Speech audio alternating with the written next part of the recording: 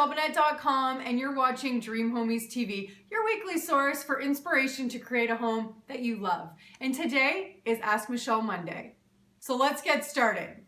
Today's question is from Christina, and she asks, what are the most popular paint shades for large areas, rooms, and then hallways? I need some serious help. All right, Christina. Well, first things first. Let's not worry about what's popular. I want you to focus on what you truly, truly love. So I want you to think about what colors kind of resonate with you, how you want to feel, because let's face it, painting sucks. Painting sucks. It's so long. It's so tedious. You really want to make sure that you're not going to paint again for at least 5 years. Because I don't know much about your style, your home, or your likes and dislikes, it's hard for me to really give you some clear direction on colors themselves. But what I'm going to do is give you a couple of options at the end of the video that can kind of be a starting off point for you. What I'm going to give you that will be more helpful is 3 tips to kind of help you figure out what color is going to work best for your space. So the first tip that I'm going to give you is make sure that the color works with your room and works with the rest of your home. So basically what I mean by that is if you already have your home decorated and it has fabrics, patterns, colors, different finishes, you need to make sure that your color, that the color that you select actually works with all of these elements in your room. So the easiest way to determine that is to grab your paint swatch or paint swatches that you're considering and basically just take the swatch and take it around the room and kind of compare it to the various elements in the room. Focusing on the really big dramatic pieces like your couch, your chairs, maybe even your rugs or your artwork. So that's the first thing that you want to do. Now, if you're in the starting phases of decorating your home, you have 2 choices that you can make. You could really select a color that is basically the star of the room, or you can just work with a neutral that's a little more muted and subtle. Now, I'm gonna say this. I really don't recommend that you go crazy with your colors. I really am more of a neutral palette kind of girl, and I let the room really dictate the feel and the vibe and the energy that you're gonna get. And it's actually something that Nate Berkus suggests. He suggests really working with neutral palette and just letting you bring the room to life with your accessories. So, I mean, who am I to argue with Nate Berkus? He's kind of a god. Now, number 2, I want you to think about the mood that you want. I want you to think about your light and then the architecture of your home. So these 3 things are going to be things that you want to consider when you're trying to select a paint color or paint colors for your home. Okay, so let's start with mood. Obviously, you're gonna wanna think about what mood you want your room to have. So most people that I talk to, when I ask about what they want their room to feel or what they want their home to do for them, the one thing they always say is comfortable. Comfortable can obviously mean so many different things to so many different people. Comfortable for me might be coming home and feeling a sense of calm. Comfortable for you could feel like coming home and really feeling an energized space.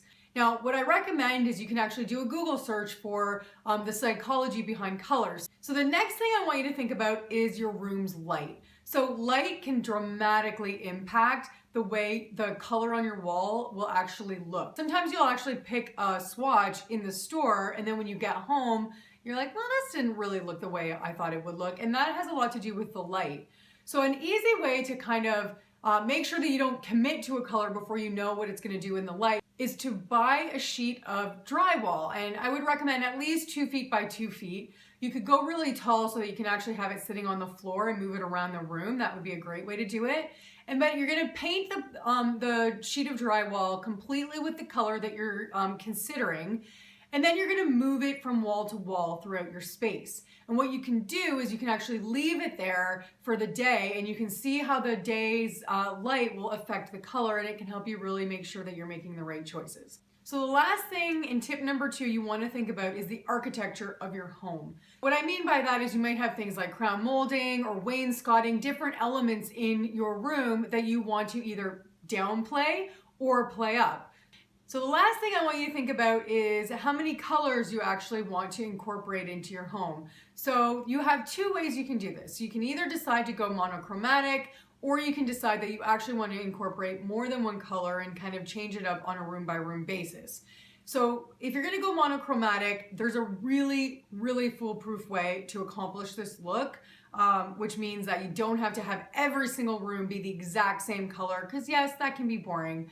So what you can do is actually you take your paint swatch and you select more than one color off of the swatch that you're going to paint in different areas of your home. So what you achieve is the illusion that you have different colors throughout your home, but they're really all just one palette, and it is very subtle, and it really minimizes how crazy the walls can look and feel. Now, if you want to actually go the route where you're going to have more than one color in every room of your home or in multiple rooms, then what you want to do is really make sure that if you're going with a really deep, vibrant color in any of those rooms, you want to kind of tone it down from there and combine a neutral color or neutral colors alongside of that.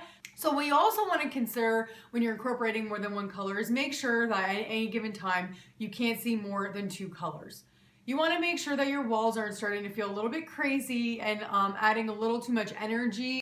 Okay, Christina, so I do hope that those tips were helpful in getting you to where you need to be. Now, I did promise you I would give you a couple of options as far as colors were concerned. So here are some colors. Now, they are from the Benjamin Moore line. This is the color or the paint that I generally tend to stick with. I just think that they have great quality and they have great colors. So, okay, let's go. Neutral tones that you could try is Gray Owl. Gray Owl is great. It's a classic color that a lot of designers do like to use. Classic Gray. Cloud White is absolutely beautiful, and Brandy Cream. Okay, so now let's add a little color in your life. You could try a Patriot Blue, Blue Echo, and this is a fun one, Kittery Point Green. I also love Limesicle. It's very subtle, but quite beautiful. So I hope that was helpful, Christina. Now, I know obviously it's really hard for me to help guide you as far as colors are concerned because I don't know what style you like. I don't know what your home looks like, but I do hope that my 3 tips will help get you closer to selecting your paint colors. And if you liked this video, give it the old thumbs up, subscribe, because I'm going to be providing 1 video a week with great tips and tricks for how to create a home that you love. And I invite you to join my free Facebook group, Dream Homies, where you can get more tips, get feedback, ask for advice, and collaborate with people just like you who want to create a home that they love. I'll talk to you guys later. Bye, homies.